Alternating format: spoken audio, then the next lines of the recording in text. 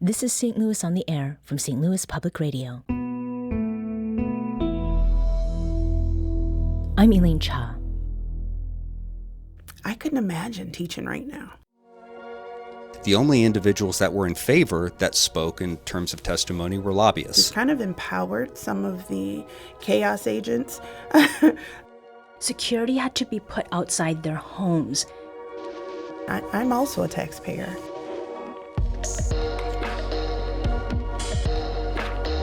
Teacher shortages have been a problem locally and nationally for many years. Given additional stressors added by the COVID-19 pandemic, it's not surprising that numbers haven't improved. What's alarming, however, is Missouri's worsening situation. Instead of a post-pandemic bump, teachers are leaving the field at an unprecedented rate.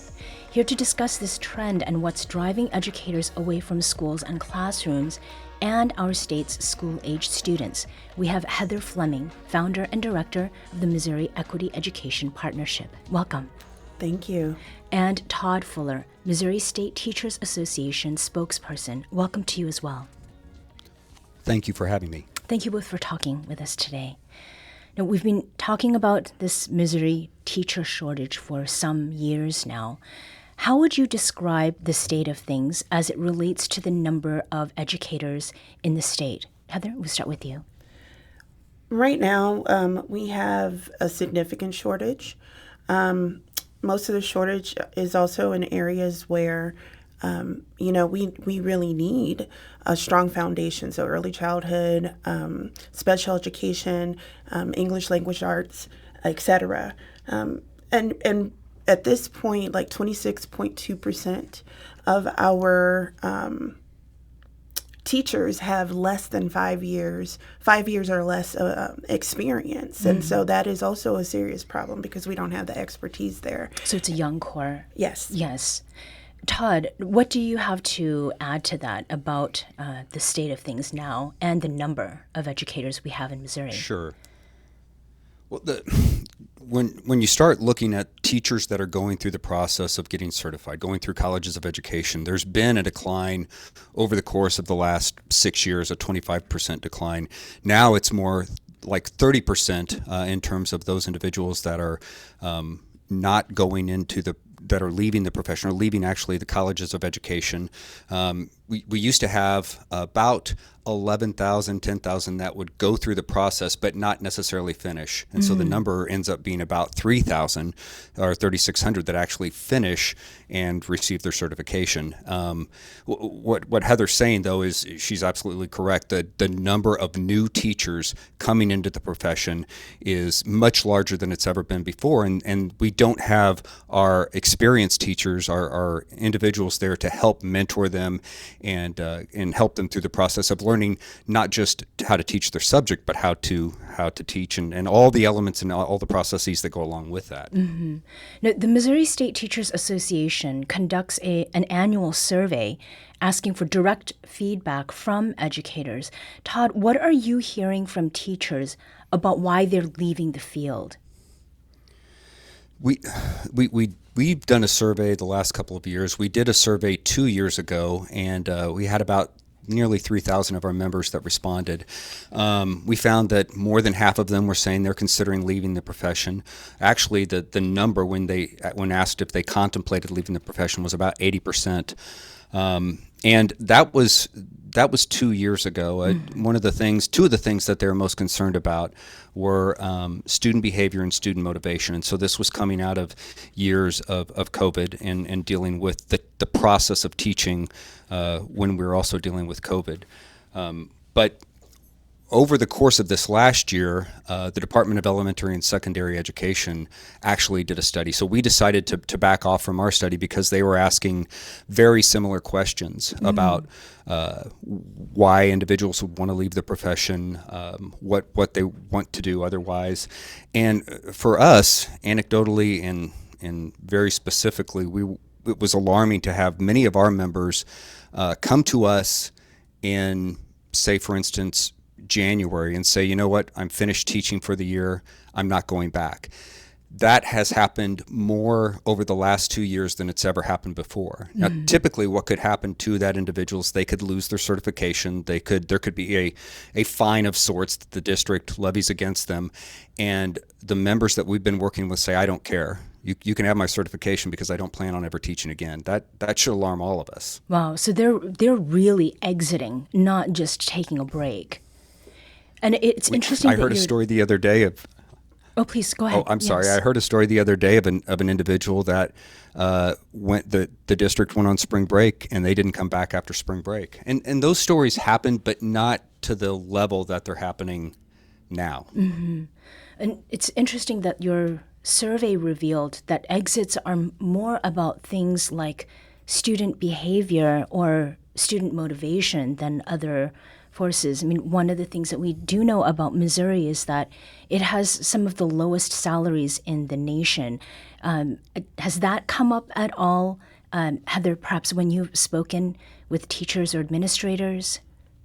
I think that there are a number of issues that play into the decision to leave, because a lot of teachers, they get into it, understanding that the pay is not going to be that of a, lawyer or doctor, Right. et cetera. But when you compound some of the issues that we've had around the state with the low pay. We're one of the lower states in beginning pay for teachers. We're also one of the lowest states for median pay for teachers. And so it's one of those things where they start low and they never, really catch up Right. as well. When you have that compounded with, as Todd said, issues with student motivation, with student behavior, and then, just the reality is that a lot of educators have felt under attack over the last few years because of the, anti-equity bills that have come forth, those bills that are Parents' Bill of Rights that, govern the behavior and curriculum writing and et cetera of teachers and professionals who understand education better than anyone. All of those things have come up as an issue, and I think it plays into the decision to leave the profession. Right. And what are the long-term effects of some of the policies that you've just talked about regarding curriculum, limitations on diversity, equity, inclusion work at a school? I was an educator myself. I taught English language arts, and I left in 2018 in order to pursue diversity, equity, and inclusion training as a profession. I couldn't imagine teaching right now.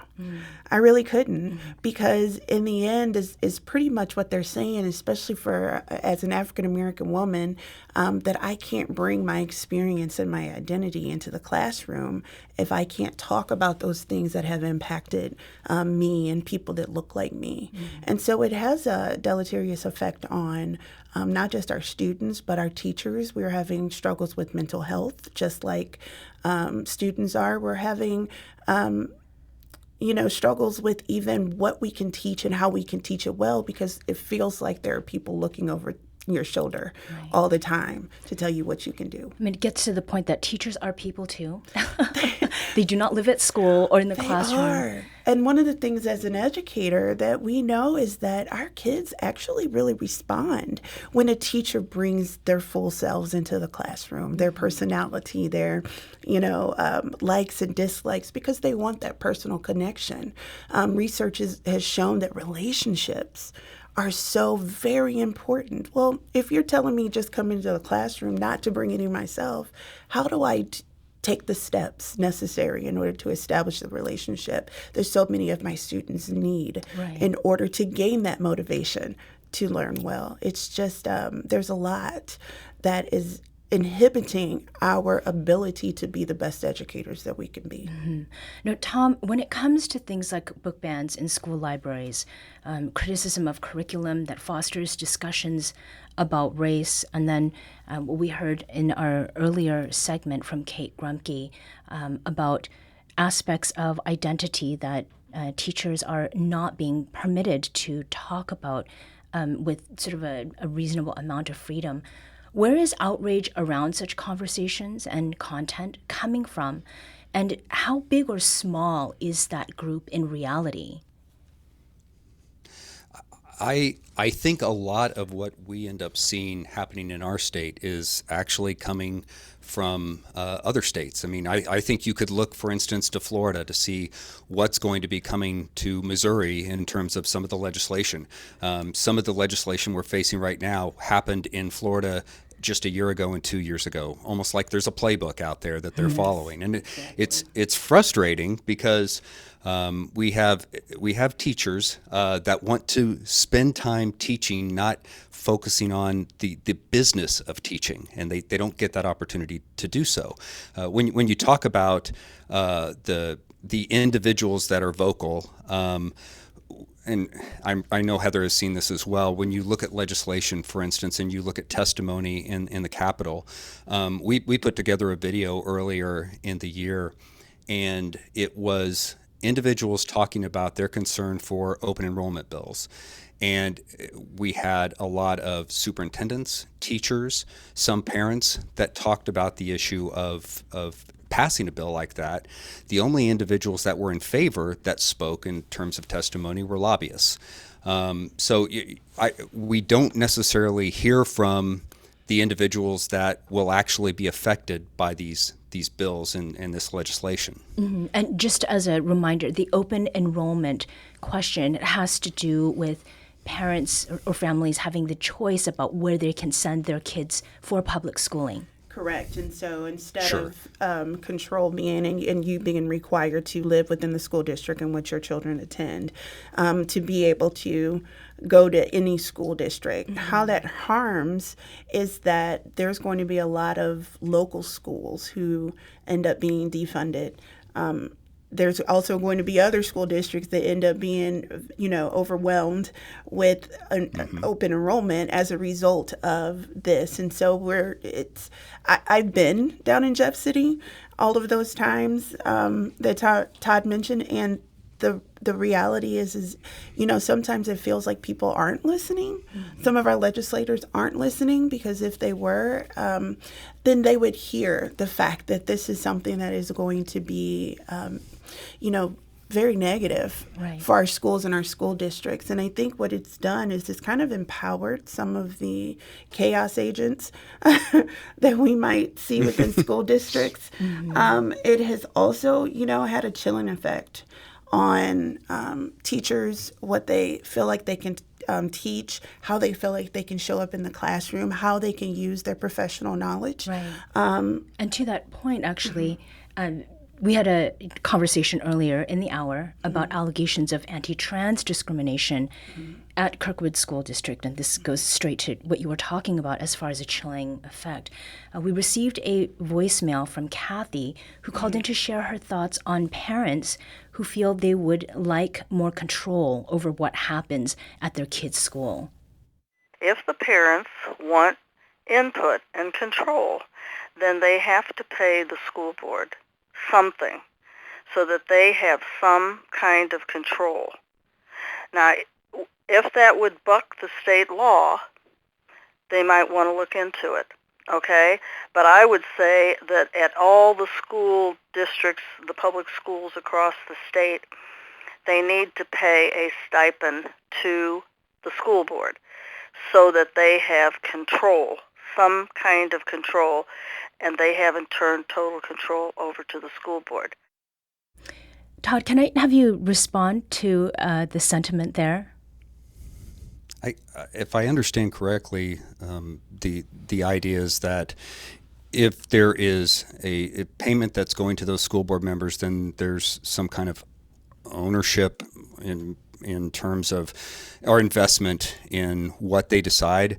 I think, though, that the election process works very well if we use it correctly. Mm-hmm. And also the opportunity to speak and be heard works correctly if it's not abused. And that's really what I have seen happen in school board meetings around the state is the abuse of the opportunity to communicate and share your information rather and do it professionally and do it in a way that allows other people to listen And there's not going to be dialogue in a school board meeting, and I think a lot of patrons of a school district don't understand that. The board is there to listen, not necessarily respond, and I think that frustrates some of them. But if you use the process correctly, I think it will work. We've seen it work for years and years. I have only seen issues the way I've seen them over the course of the last 3 years, really. And I've been with MSTA for 23 years. And we actually did a segment about school boards and how they are not paid for that service, which was a very specific point that was being made at that time. We need to take a quick break, but when we return, we'll return to this conversation. This is St. Louis on the Air on St. Louis Public Radio.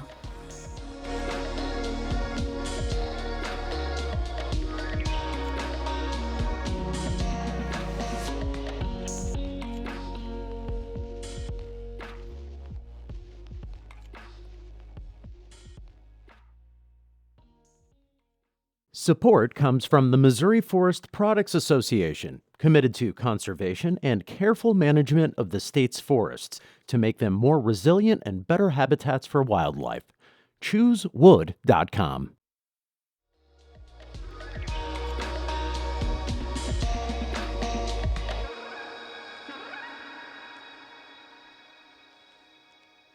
Welcome back.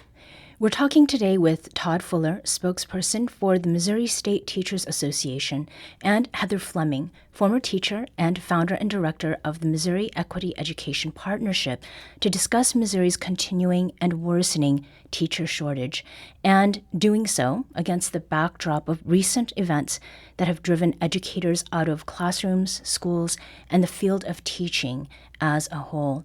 Now, before the break, we were talking about aspects of identity that teachers in particular have not been able to talk about the chilling effect that has had. And one of the things that's part of this context locally is what happened last fall in the Rockwood School District.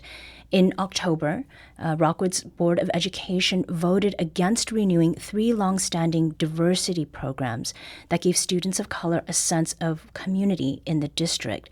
This was prompted by pressure from a group called the Concerned Parents of the Rockwood School District. Brittany Hoagnan, who was the Director of Educational Equity and Diversity for the district, as well as Terry Harris, the district's Executive Director of Student Services, both resigned from Rockwood.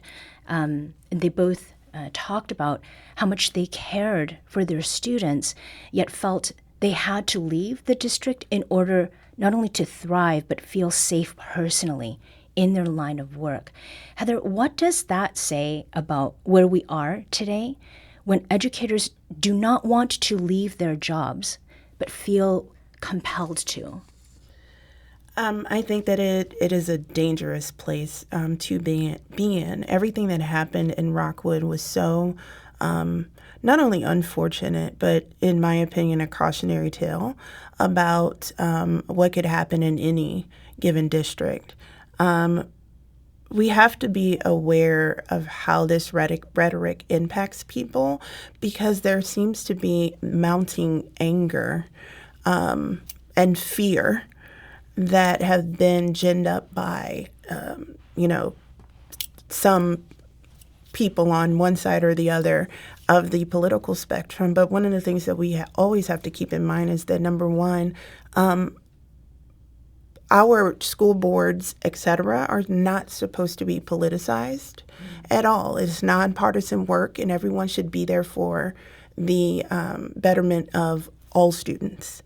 But then the next thing is just that point, all students. And what we look at is that there's people who argue that, no, we should have equality. The problem is that equality means that there's people, there are going to be students, teachers, et cetera, within our school districts whose needs are not specifically met, because what's fair is to give every student, every educator what they need in order to best succeed. Mm-hmm. And that looks different for everyone. And so that's what I often tell people, is that equity is the vehicle by which we reach equality. And it's not equality of outcomes necessarily, it's equality of opportunity. Mm-hmm. and we are failing our students, and Rockwood is a good cautionary tale to show that. Right. Now, Todd, I'm sure that you have heard this, but at one point with the two folks in Rockwood we were just discussing, security had to be put outside their homes because of things that were being said on social media. From your state level perspective, and given your own experience and observations too, do you think that Rockwood is an anomaly, or is it an example of a larger trend or problem in our state? I think it's in many ways a cautionary tale of what could happen in other parts of the state. And what's concerning about that is, while I haven't seen that, and as an association we haven't seen it to the degree that it happened in Rockwood, we've seen other situations close, very similar in Kansas City, in southwest Missouri near Springfield, and even here in central Missouri where I am in Columbia. And that level of contentiousness has increased more than I've ever seen before, and that's concerning. That worries me, not only as an employee of MSTA, but as a parent in a public school district. And to add to that, I can just say that, a lot of people are saying, well, I'm a taxpayer, and so teachers should do what I want them to do for my child. The thing is that I'm also a taxpayer. And so I want my child to have the same opportunities that other children have had too. And in Rockwood School District, that was kind of the argument is, well, this specific group of children need to be served well, but it's at the expense of other populations like those particular programs. Those programs that they cut were a very minimal part of the district's entire budget. So it was like, it's not saving money. It has no other purpose than to say we don't want programs that specifically target underserved populations. Now, as we heard from Kate Grumke, our education reporter, earlier this hour, school districts often encourage people of various, diverse backgrounds to apply for jobs. But we've also been discussing the reasons Black and LGBTQ educators in Missouri have resigned from their positions in the last year. How concerned are you that the climate in education today is going to lead to a lack of diversity in the field? Todd, if you can respond to that, particularly because you've mentioned that your children are school kids in a public system. When you look at the numbers of individuals that are going into the profession in Missouri, overwhelmingly the number of white teachers is. I had the number here a second ago, but it's well into the 80 to 90%. It's extremely high compared to the number of persons of color that are going into the teaching profession. It's already been very low for a number of years. I could fully understand when somebody reconsiders the opportunity to become a teacher, even if that's what they want to do, even if that's what their passion is. If they don't feel safe, if they don't feel comfortable in the classroom or in their school, then why would they want to move into that profession, regardless of how much they want to help students? Right. I spoke at my alma mater, Truman State University, about 4 or 5 years ago to their College of Education. And while I was there, I found out, it was startling to me, 100% of the education candidates in the school were white. Wow. 100%. 5 years ago. Yeah, it was like 4 or 5 years ago. Okay. That is alarming, because at one point, my understanding is like 95% of all the certified teachers in the state of Missouri, that was around that same time, were white. That ends up being an issue, because one of the things that research finds is that when we look at high achievement, especially with African American students, many times those students who have had African American teachers, they excel a little more, because there's more students are identified, African American students are identified for gifted programs by African American teachers than by white teachers. Right. It's information like that that makes it essential that we put a push forward. But ends up being a conversation that school districts around the state have over and over again, and we never quite come up with a solution for how do we attract and retain good minority educators. Right, right. Yes, so I have a lot of concerns about that. Sure. Now, Rory on Twitter wrote, Missouri's already losing so much, including our best, brightest, and most passionate. I've met people who've quit their jobs to move away, who are transferring out of universities, and who are unable to recruit new people to move to Missouri to take open positions. So, Heather, you were saying that was a talk that you gave 5 years ago at your alma mater. Everyone was white. Among those who are Black or other people of color, they may also be LGBTQ. It's not just one sort of box, Right. so to speak, that people will check off, but it is going to have an effect and already has had that effect. Todd, what do we know about about the state of the pipeline of teachers sort of over time? So when we started this segment, we said that the teacher shortage has been going on for quite some time. What is your sense about what is making this worse in the last couple years? I think that teachers have many more opportunities, and individuals going into education are seeing that they have other opportunities outside of teaching. What's happening is they're not even getting to the classroom, which is where they would enjoy what their passion probably is, why they went into or wanted to go into the profession to begin with. Heather mentioned 5 years ago and some of the changes that haven't happened. I was thinking today about 5 years ago. I was at a job fair, and when I started going to teacher job fairs 10 years ago, it was primarily Missouri school districts that were vying for the new teachers coming in to teach in their school districts. And 5 years ago, what we started to see was other states coming in and trying to recruit our teachers from New Mexico to Alaska.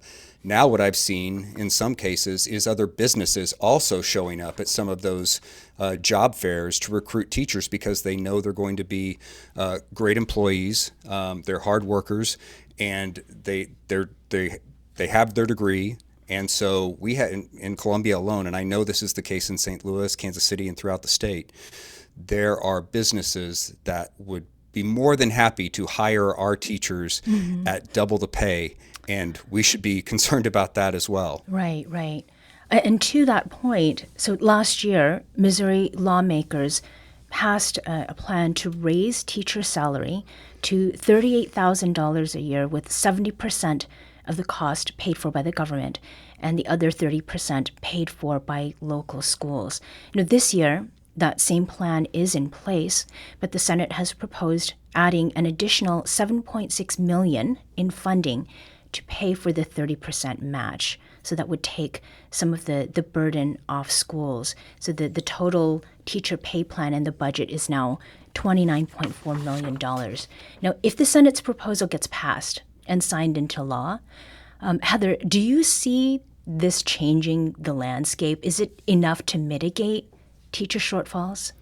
Unfortunately, I don't think so. I came up earlier, like Jonathan Lawson says on those insurance companies, the 3 Ps. 3 Ps. We need pay, but then our teachers also need protection, and they need professional trust. And so the pay issue is the starting point. But the problem is that most of our rural districts still pay so very poorly because of they don't have the available resources. Right. That those, the teachers, if we do get them back, they'll head to school districts that pay a little bit higher, and those will mainly be in the urban areas. But our teachers need protection. You're right. Why did they have to hire security for professional educators in Rockwood? How many other places might have to do that because of what's happening and the fact that this rhetoric turns up the heat on teachers so much. Teachers are tired of coming and because they read The Bluest Eye or some other book that kids really enjoy, they're called pedophiles or groomers. We have to find ways to protect them. And then the final thing, of course, is the professional trust. I myself have spent 8 years in school learning how to be a teacher. And so therefore, when I'm talking to parents about, well, here's what the best choice is for the greatest majority of our students, we need that professional trust. So it's going to take more than pay. Now, in our final minute, and each of your views, with just one sentence, what's the one change that would get more teachers into school and working with kids? Todd? I think we need to respect and have some sense and level of empathy as parents, as community members, and believe that our teachers can do the job that they were hired to do and do what their passion is, and that's teach. Mm-hmm. Heather? We need our legislators and parents to stop attacking teachers' abilities to perform well and to utilize their professional experience to do what's best for their students.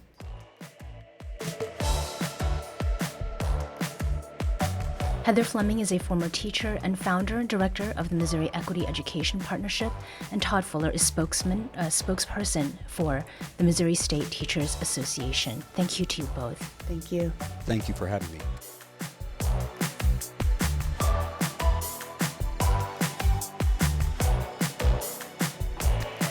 This episode was produced by Emily Woodbury. Audio engineering and podcast design by Aaron Dorr. Our executive producer is Alex Hoyer. St. Louis on the Air is a production of St. Louis Public Radio. Understanding starts here. Our podcast proudly supports St. Louis artists by using music from Life Creative Group. Do you find yourself regularly listening to episodes of St. Louis on the Air? Suggest us to a friend you think might enjoy our conversations, and leave us a review and rating on Apple Podcasts on the App Store. It's the simplest way to help people discover our show. Thank you. St. Louis Public Radio is a member-supported service of the University of Missouri St. Louis.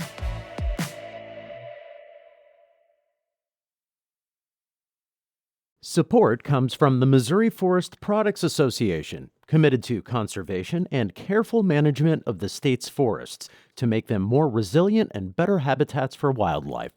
ChooseWood.com.